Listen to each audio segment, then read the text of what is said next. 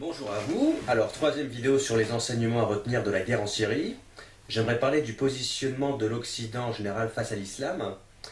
Alors, dans la vidéo précédente, j'avais évoqué le fait qu'il y avait beaucoup d'irénisme par rapport à l'islam. Par rapport, enfin, les chrétiens avaient souvent des positions assez naïves, assez iréniques. Bon, pour être simple, ils donnent l'impression de vivre parfois dans le monde des bisounours.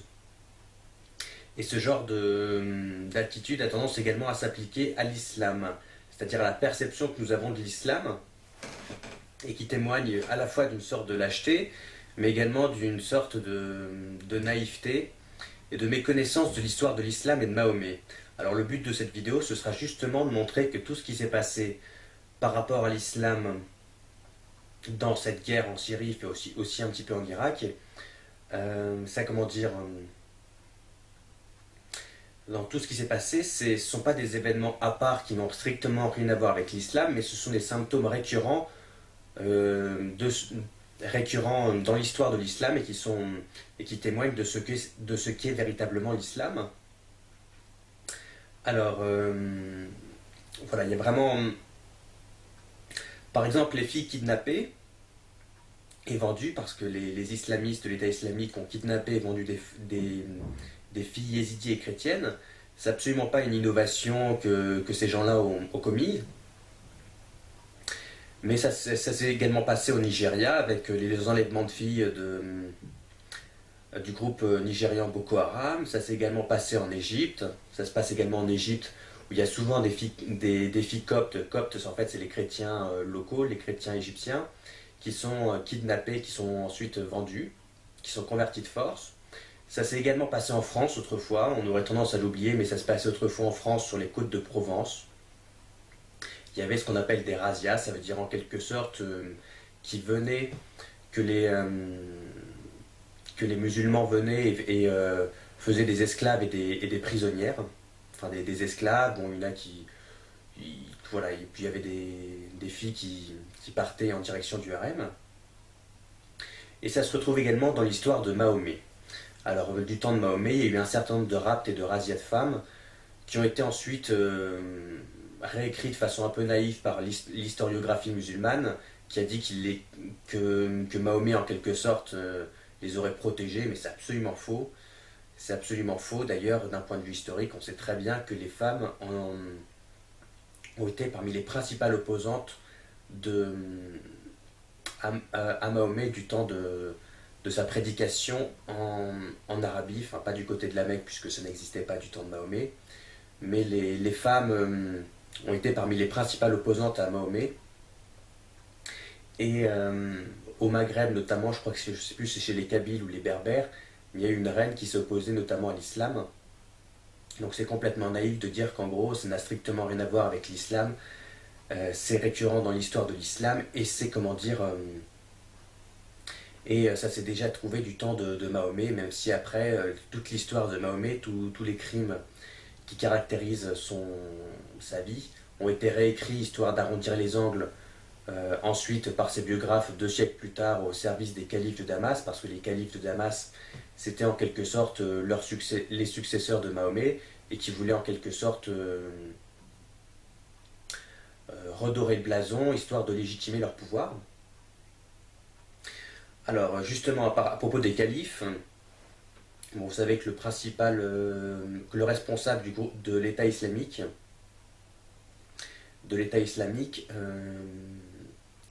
c'est autoproclamé calife, et calife c'est en quelque sorte le chef des musulmans, le chef des croyants musulmans. C'est quelque chose qui est très important dans l'histoire et dans la mentalité musulmane, parce que dans leur inconscient, c'est une sorte d'âge d'or, et le calife, c'est en quelque sorte un système magique, le chef issu de Dieu qui est destiné à les sauver. Et toute cette puissance califale qui a instauré l'islam. L'islam a moins été créé par Mahomet que par les califes de Damas. Enfin, on va pas faire un cours sur l'histoire de l'islam, mais c'est historiquement, Mahomet, c'est plus celui qui a permis d'arabiser le judéo-christianisme et de permettre que la fondation de l'islam soit possible, et la fondation de l'islam véritablement entérinée avec la création du Coran et de la Mecque, elle a été réalisée du côté de Damas par les califes qui ont voulu véritablement donner un corps au pouvoir politico-religieux dont ils avaient hérité. Voilà, donc le fait comment dire, que le chef de l'État islamique se proclame calife, ça n'a strictement rien de surprenant. Ça n'a strictement rien de surprenant puisqu'il s'agit tout simplement de restaurer une sorte de pouvoir musulman qui s'imposerait par la terreur parce que les califes se sont imposés par la terreur. Et alors, autre chose, dans la ville de Raqqa, Raqqa c'est une ville qui est située au nord de la Syrie et qui est occupée depuis plus de 2 ans par les troupes de l'État islamique. Eh bien, on a lapidé une fille qui avait 16 ans, parce qu'elle avait un profil sur Facebook. Un profil sur Facebook. Et la lapidation, c'est quelque chose d'assez récurrent dans l'histoire de l'islam. Voilà, il y a, je crois que c'est un hadith qui dit qu'en gros, Mahomet lui-même avait instauré la lapidation, mais bon, c'était à l'insu de son plein gré. C'est souvent la manière hypocrite que l'islam a de présenter la biographie de Mahomet et toutes les pages sombres qui la caractérisent.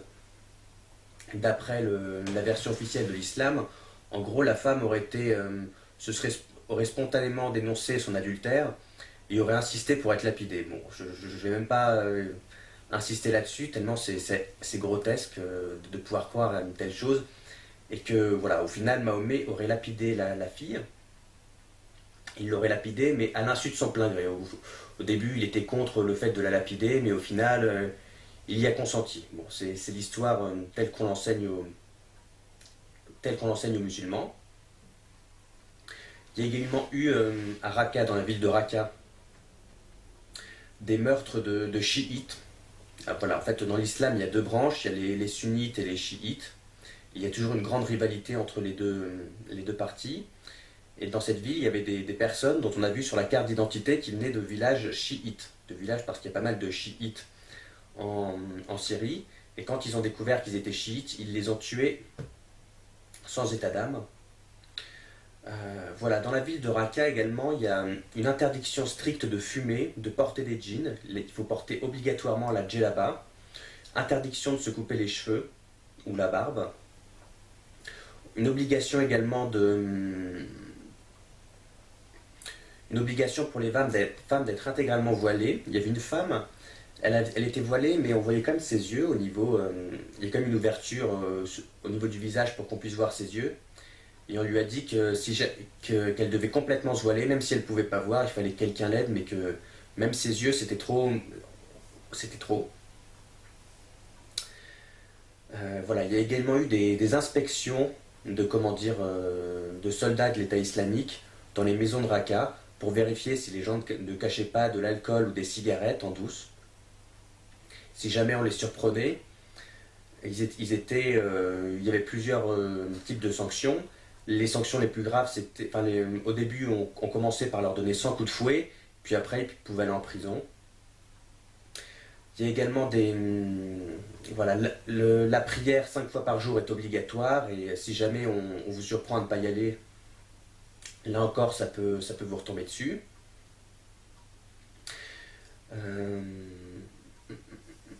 Ah oui, alors au Krach des Chevaliers. Le Krach des Chevaliers, c'est une sorte de grande forteresse.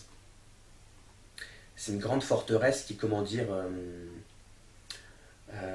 qui a été construite par les croisés du temps où ils étaient là en Syrie. Et ça a été conquis par le front Al-Nosra. Voilà, ça a été conquis au début de la guerre par le front Al-Nosra, mais ensuite ça a été reconquis par les troupes de Bachar al-Assad. Et quand ils ont reconquis le site, ils ont vu que là où dormait le chef des djihadistes, ils ont retrouvé un certain nombre de strings et de bouteilles d'alcool. Donc c'est quand même assez révélateur de la mentalité de ces gens-là. Et d'autre part, l'émir, en fait, l'émir c'était le chef voilà, des djihadistes d'Al-Qaïda, on les appelle Al-Nosra quand ils sont en Syrie. Al-Qaïda, il s'était installé, il avait une chambre, un endroit qui lui était réservé, et il demandait beaucoup de filles, il demandait beaucoup de filles pour son plaisir personnel, et au final, ses compagnons ont fini par le tuer parce qu'ils étaient jaloux et que lui, il avait plus de filles que eux, et comme il y a eu un certain nombre de dissensions, ils ont fini tout simplement par le tuer. Ils ont tué leur chef, et ça peut paraître anecdotique, mais c'est quelque chose de très récurrent dans l'histoire de l'islam, les dissensions internes qui aboutissent à des meurtres ou à des guerres civiles, on appelle ça la fitna. Alors, en conclusion, je voudrais tout simplement arriver à ce point. Est-ce que ce déni de réel, très lâche et très stupide, parce que d'un point de vue historique, quand on regarde ce que font les djihadistes par rapport à ce qu'a fait d'un point de vue historique Mahomet et ce qu'a fait d'un point de vue historique l'islam, il y a aucune différence, à part que comment dire, à part que du temps de Mahomet, ils avaient des chameaux, ils n'avaient pas des jeeps et ils avaient des sabres au lieu d'avoir des kalachnikovs. Foncièrement, il n'y a aucune différence. Est-ce que ce déni de réel qui consiste à systématiquement, de façon totalement absurde, à blanchir l'islam, est-ce que ça vaut vraiment le coup? Est-ce que ça vaut vraiment le coup par rapport à tout ce que je vous ai raconté? Voilà, est-ce que ça vaut le coup de tomber dans cet irénisme? Voilà, d'autant plus que pour eux, le fait que eux, ils disent clairement qu'ils tuent au nom de l'islam, il suffit de regarder leur nom, ils s'appellent État islamique, ou alors Jaish al-Islam, ça veut dire l'armée de l'islam. Eux, ils disent clairement qu'ils tuent au nom de l'islam, et nous, on vient dire qu'en gros, ils tuent pas au nom de l'islam, et qu'on est mieux eux que eux l'islam, ce qui est tout à fait absurde. Bon, petite parenthèse au passage, le fait de dire que les djihadistes n'ont rien à voir avec l'islam, qui serait foncièrement quelque chose de bon, de gentil, c'est totalement naïf, et c'est exactement la même chose que ce qui s'est passé il y a, comment dire, que ce qui s'est passé il y a une quinzaine d'années, il y a 15-20 ans, quand le livre noir du communisme est sorti, et qu'il y a eu un débat sur la valeur rétrospective que le communisme avait pu avoir. On s'était dit enfin, le son, le son de cloche dominant dans les médias, c'était que le communisme historique, qui avait quand même 100 millions de morts à son actif, n'avait strictement rien à voir avec le communisme, et qui était foncièrement quelque chose de bon, et que voilà, qu'il n'y avait aucun rapport entre le communisme historique et le communisme idéal, en quelque sorte. Voilà, est-ce que ce déni de réel vaut le coup? C'est la question que je pose. En effet, au final, on paraît faible, on est complètement déconnecté du réel, et c'est ce déni de réel qui légitime les djihadistes, parce que comme ils voient qu'on est faible et qu'on est complexé, qu'on n'ose pas appeler un chat, ils se sentent renforcés, et ça ne peut que donner de l'eau à leur moulin, si j'ose dire. J'espère que cette expression veut dire quelque chose. Allez, je voudrais quand même finir par une petite anecdote assez triste, mais qui mérite vraiment d'être méditée. C'est quand même pas très rigolo. Il y a un très célèbre village en Syrie qui s'appelle Maloula, c'est un village majoritairement chrétien. Il a été conquis au début de la guerre par les djihadistes. Après, il a été reconquis par les troupes de Bachar el-Assad. Mais quand il a été conquis, voilà, les djihadistes sont venus, et dans ce village qui est majoritairement chrétien, il y a aussi des musulmans. Et les musulmans qui étaient sur place, avec lesquels les chrétiens vivaient, eh bien, les musulmans ont aidé les djihadistes à tuer les chrétiens, à piller leurs maisons, à détruire leurs églises. Voilà. Alors qu'ils vivaient voilà, ils vivaient en apparence tranquillement, sans poser de problème, mais le jour où les djihadistes sont arrivés, ils se sont mis de leur côté, ils ont tué les chrétiens. Ils ont tué les chrétiens, et les femmes qui, comment dire, quand elles ont vu les djihadistes arriver, elles étaient en transe, elles chantaient des chants à leur louange. C'est un petit peu comme dans la célèbre bataille de Yarmouk. Yarmouk, c'est une célèbre bataille qui s'est passée au sud de Damas, à l'issue de laquelle les Arabes ont vaincu les Byzantins, et ça a permis d'islamiser la Syrie. Les récits racontent que lors de cette bataille, les femmes, lorsque les Arabes ont commencé à prendre le dessus sur les Byzantins, leurs femmes, elles étaient en transe, et elles chantaient elles leur ont donné des coups de main, et elles ont également chanté leurs louanges, elles étaient en transe, il n'y a strictement aucun autre mot. Donc voilà, est-ce que donc voilà, soi-disant, cet épisode n'a donc, l'épisode de Malula n'a donc pas de, comment dire, n'est donc pas complètement déconnecté de l'histoire de l'islam, c'est quelque chose qui est récurrent.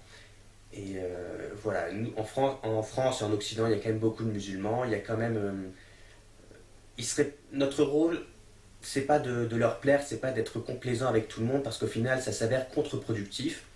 Et le prêtre chrétien, le prêtre catholique qui est à Maloula, qui s'appelle le père Toufik, qui m'a raconté cette anecdote des musulmans avec qui il vivait, qui se sont mis à les tuer, eh bien, il m'a également dit que c'était en partie à cause des chrétiens, enfin, c'est pas les chrétiens qui ont tué les chrétiens, ce sont les musulmans, mais c'est en partie à cause de la lâcheté des chrétiens qui les caractérisait avant, avant que n'éclate la guerre. Il m'a dit qu'en gros, s'ils avaient été moins lâches et moins consensuels vis-à-vis des musulmans, les musulmans se seraient moins enhardis une fois la guerre civile éclatée, parce qu'il leur avait donné l'impression d'être faibles.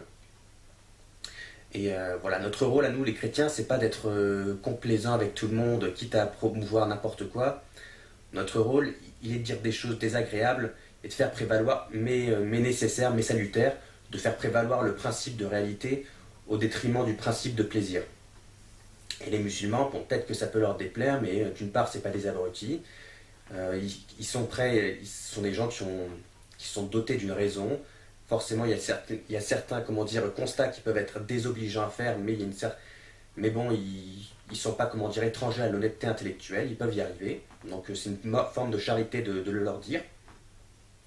Et d'autre part, si on est complaisant avec eux et qu'on leur dit des choses complètement fausses, effectivement, sur le coup, ils vous diront ah oui, c'est gentil, tu me fais plaisir, etc. Mais au final, d'une part, il y a leur partie mauvaise qui pourrait ressurgir plus facilement, et d'autre part, leur partie bonne qui aurait aimé au fond d'eux-mêmes qu'on leur dise les choses de façon, quitte à ce que ce soit un peu désagréable, mais qu'au moins ils puissent travailler sur eux, la partie bonne qu'ils ont, celle-là, elle n'a pas été entendue. Et au contraire, si on leur dit des choses un petit peu contrariantes et désagréables, désobligeantes à entendre, au final, d'accord, ils vont peut-être un peu râler, mais sur le coup, ils sauront que c'est pour leur bien et ils en seront contents et à long terme, ce sera positif. Quand on dit une chose désobligeante à un enfant, par exemple, tu ne dois pas qu'on lui inculque les bonnes manières. Sur le coup, il n'est pas content parce il aimerait bien rester dans la facilité, mais au final, il voit que c'est pour son bien et il comprend que c'est positif.